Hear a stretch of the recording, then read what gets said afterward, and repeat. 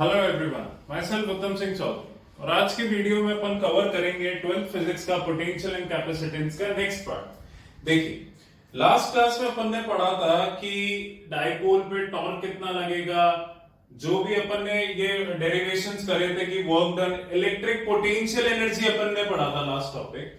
अब अगला टॉपिक आज अपने पास आता है कि कंडक्टर्स एंड इंसुलेटर्स क्या होते हैं। देखिए, कंडक्टर्स और इंसुलेटर्स की बात करें, बचपन की क्लास से पढ़ते आ रहे हैं, पर वो डेफिनेशन नहीं लिखनी है the materials which allow electricity to flow through them, नहीं, थोड़ी डेफिनेशन आपकी लैंग्वेज में लिखेगा 12th में आप कि conductors are the material which do not allow electric charge to flow through them, insulators are the materials which allow, sorry, उल्टा बोल गया, conductors are the material which allow the electric charge to flow through them, insulators are the materials which do not allow electric charges to flow through them. इसके बाद अगला आता है free and bound charges.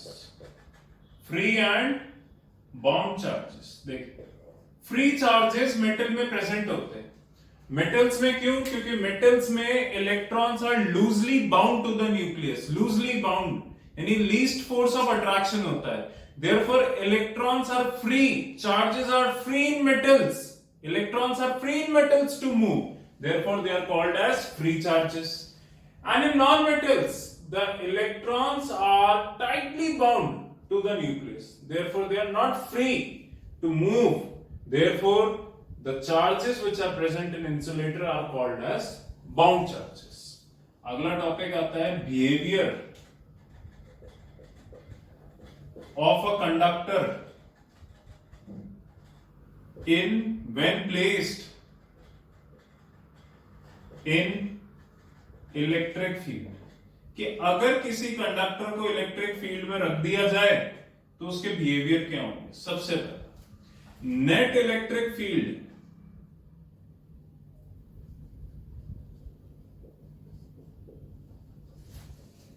Inside the conductor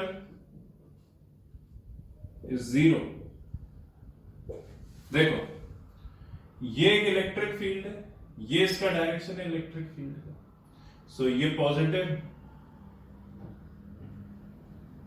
ये negative होगा, दिमाग लगा लो। सो ये हो गई एक्सटर्नल इलेक्ट्रिक फील्ड। अगर इसके अंदर मैं एक चार्ज को, एक कंडक्टर को रख दूं, ये कंडक्टर है मेरा, सो यहां पे नेगेटिव चार्ज हो जाएगा, यहां पे पॉजिटिव चार्ज आ जाएगा सारे कंडक्टर का, फोर्स ऑफ अट्रैक्शन की वजह से, दिमाग लगा लो। ये पॉजिटिव प्लेट है तो इस फेस पे तो नेगेटिव अट्रैक्ट होके आ जाएगा, ये नेगेटिव प्लेट है तो इस प्लेट पे पॉजिटिव, तो उस कंडक्टर के अंदर एक इलेक्ट्रिक फील्ड हो जाएगी जिसे इंड्यूस्ड इलेक्ट्रिक फील्ड कहते हैं, जिसका डायरेक्शन ही होगा। सो नेट इलेक्ट्रोस्टैटिक जो फील्ड होगी कंडक्टर के अंदर वो हो जाएगी जीरो, क्योंकि इसने इसको कैंसिल आउट कर दिया। बोलो समझ गए? तो किसी भी कंडक्टर के अंदर जब उस कंडक्टर को एक्सटर्नल इलेक्ट्रिक फील्ड में रखा जाएगा तो उसके अंदर जो नेट इलेक्ट्रिक फील्ड होगी दैट विल बी जीरो। दूसरा, electric field direction outside a conductor is always normal to its surface, उसके सरफेस से हमेशा नॉर्मल होगा। बोलिए समझ में आ गया कि अगर कोई भी कंडक्टर है उसके बाहर इलेक्ट्रिक फील्ड बतानी है तो वो उसके परपेंडिकुलर होगा, नॉर्मल होगा। तीसरा टॉपिक अपने पास आता है कि inside the conductor the net charge is always zero. भैया जब इलेक्ट्रिक फील्ड जीरो है तो नेट चार्ज भी जीरो होगा। अगला अपने पास आता है कि पोटेंशियल जो होती है वो हमेशा कांस्टेंट रहती है इन और आउट। अगर एक्स्ट्रा चार्जेस हैं, extra charges in a conductor always resides on the surface of conductor, यानी अगर कंडक्टर में एक्स्ट्रा चार्जेस हैं तो उसकी सरफेस पे आ जाएंगे। चौथा, potential in an out of the conductor is always constant, कि ऑलवेज कांस्टेंट होती है। देखो इलेक्ट्रिक फील्ड क्या पड़ा है, minus dV by d r. Conductor के इनसाइड इलेक्ट्रिक फील्ड क्या होती है, जीरो। माइनस उधर चल जाएगा, डीवी बाय डी आर कितना हो गया, जीरो। दोनों साइड इंटीग्रेशन कर दो तो बेटा v कितना हो जाएगा, कांस्टेंट। इसलिए पोटेंशियल कांस्टेंट होता है in and outside the conductor, in and out point on the conductor. और लास्ट आता है कि अगर कोई हॉलो कंडक्टर है, क्या है कोई हॉलो कंडक्टर, तो उसके अंदर, उस हॉलो पार्ट के अंदर कोई चार्ज नहीं होता और इलेक्ट्रिक फील्ड जीरो होती है। एक्स्ट्रा जो चार्ज होता है वो उसकी सरफेस पे रिसाइड कर जाता है। बोलिए समझ में आ गया क्या? अब इस लास्ट वाले पॉइंट पे बेस्ड एक टॉपिक आता है जिसे कहते हैं इलेक्ट्रोस्टैटिक शील्डिंग। और है क्या ये इलेक्ट्रोस्टैटिक शील्डिंग? देखिए, जब भी कोई हॉलो कंडक्टर होगा तो उसके अंदर जो हॉलो पार्ट होगा उसमें कोई इलेक्ट्रिक फील्ड नहीं होगी। जैसे बाहर कितनी एक्सटर्नल इलेक्ट्रिक फील्ड हो, उसके हॉलो पार्ट के अंदर कोई चार्ज नहीं होगा।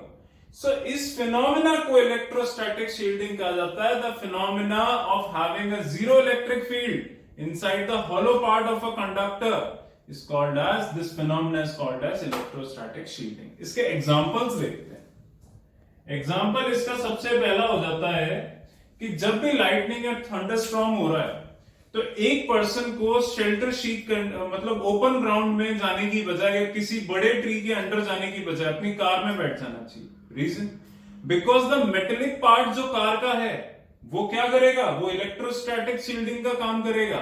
और अंदर जो आप बैठे हो वहां इलेक्ट्रिक फील्ड जीरो होगी, चार्जेस होंगे नहीं, सो आप प्रोटेक्टेड रहेंगे। अगर आप किसी ट्री के नीचे जाके शेल्टर शीट करते हैं या ओपन ग्राउंड में रहते हैं तो चांसेस है आपको लाइटनिंग के स्ट्राइक करने का। बट आप कार में जाके बैठ जाते हैं तो वो इलेक्ट्रोस्टैटिक शील्डिंग हो जाएगा, क्योंकि कार मेटल की बनी है, अंदर इलेक्ट्रिक फील्ड जीरो होगी, तो आप प्रोटेक्टेड रहेंगे। दूसरा इसमें एग्जांपल एक और आता है कि जो माइक्रो सर्किट्स होते हैं उनमें कई बार कई जो सेंसिटिव कंपोनेंट्स होते हैं, जैसे एक इलेक्ट्रिक सर्किट में कोई सेंसिटिव कंपोनेंट है, अगर उसको प्रोटेक्ट करना है तो उसके ऊपर एक मेटल की कवर लगा देते हैं, हॉलो कवर। तो वो अंदर हॉलो पार्ट जो होता है वहां इलेक्ट्रिक फील्ड जीरो होती है, तो वो पार्ट हमेशा प्रोटेक्टेड रहता है, उसमें कोई डिस्टर्बेंस नहीं आता। तो ये फिनोमिना के इलेक्ट्रोस्टैटिक शील्डिंग के दो एग्जांपल्स मैंने आपको बता दिए। इन पॉइंट्स को लिख लेना ढंग से। ये जो पॉइंट्स है बाकी पीडीएफ में भेजूंगा, उसमें से आप कॉपी कर लेना। Is that clear? फिर अगले टॉपिक पे आते हैं, एक बार इसको देख लो अच्छे से।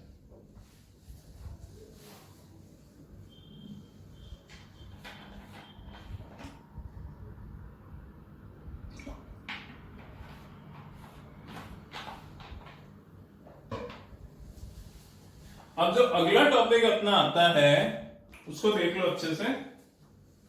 अगला टॉपिक अपना आता है कैपेसिटेंस, और ये चैप्टर यहां पे 50% कंप्लीट हो चुका तुम्हारा। कैपेसिटेंस से चैप्टर 50% और बचता है। तो आज इस ये लास्ट टॉपिक था इलेक्ट्रोस्टैटिक, यहां तक 50% कंप्लीट हो गया। अब 50% जो आपका बचा है वो अपन कैपेसिटेंस पढ़ेंगे पूरा एंड तक। कैपेसिटेंस क्या होता है, कैपेसिटर्स क्या होते हैं, ये सब चीजें देखिए। कैपेसिटेंस की डेफिनेशन होती है, कैपेसिटेंस, ठीक है, इसकी डेफिनेशन होती है the ability of a conductor to hold charge. It is defined as ability of a conductor to hold charge, कि वो कंडक्टर कितना चार्ज होल्ड कर सकता है, उसकी कैपेसिटी। क्योंकि क्या होगा, किसी भी कंडक्टर को आप चार्ज देते जाओगे, एक उसकी लिमिट होगी, उसके बाद वो चार्ज लॉस कर देगा। तो वो कितनी उसकी कैपेसिटी है, एबिलिटी है चार्ज को होल्ड करने की, वो उसकी कैपेसिटेंस डिफाइन करती है। सपोज करा इसमें if Q is the charge given to a conductor, एक कंडक्टर को Q चार्ज दिया गया, देन इट्स पोटेंशियल, उसकी पोटेंशियल बढ़ जाएगी, its potential increases to V, यानी Q चार्ज देने की वजह से उसकी पोटेंशियल V हो गई, तो Q प्रोपोर्शनल हो जाएगा V के। Q की जगह कांस्टेंट इक्वल टू आके कांस्टेंट आएगा, वो कांस्टेंट होगा C, तो Q हो जाएगा CV। तो फॉर्मूला आ जाता है Q is equal to CV। इस C को कहा जाता है कैपेसिटेंस। क्या कहा जाता है? कैपेसिटेंस। तो कैपेसिटेंस कितना हो जाएगा? Q by V। सो ये आ जाता है आपका कैपेसिटेंस का फॉर्मूला। कैपेसिटेंस बराबर charge upon potential, charge upon potential. बोलिए क्लियर है क्या? सो कैपेसिटेंस की डेफिनेशन हो जाती है कि it is defined as the amount by which the charge increases, and the potential increases by unity। यानी एक यूनिट चार्ज बढ़ाओगे तो एक यूनिट पोटेंशियल बढ़ जाएगा, उसे कैपेसिटेंस कहा जाता है। इसकी एसआई यूनिट की अगर बात करें,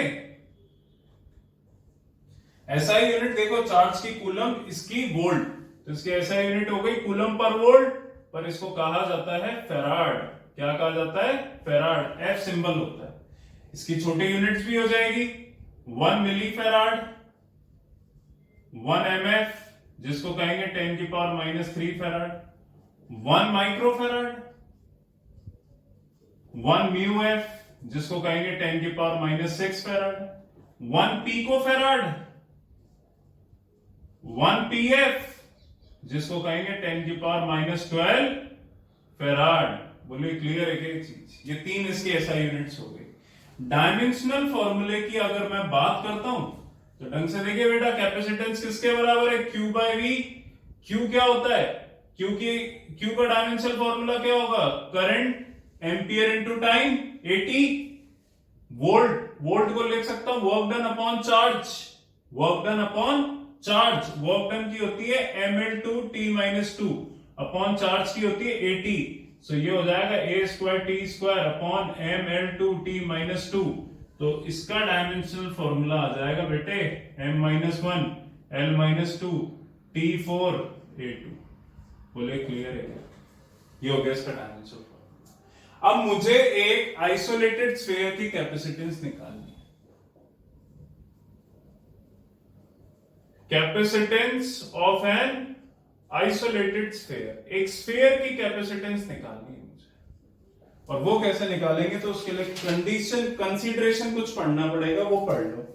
consider an isolated sphere conductor of radius r if q charge is uniformly distributed over its entire surface, then it can be assumed to be concentrated at the center of the sphere। तो potential निकाल ली। देखो एक consider करा sphere, इसका ये रहा centre O, radius R, Q charge इस पे डिस्ट्रीब्यूटेड है यूनिफॉर्मली। अब ये पॉजिटिव चार्ज है तो इलेक्ट्रिक फील्ड के डायरेक्शन क्या होंगे? Outward, outward, outward, outward. बोलो क्लियर है? अब पोटेंशियल क्या होगा इसके सरफेस पे? 1/4πε0 इंटू Q बाय R। ये पोटेंशियल होगा सरफेस पे। अब कैपेसिटेंस क्या होता है? अभी पढ़ा है तुमने, Q by V। Q upon 1/4πε0 Q by R। Q से Q कट गया, कैपेसिटेंस हो गई 4πε0।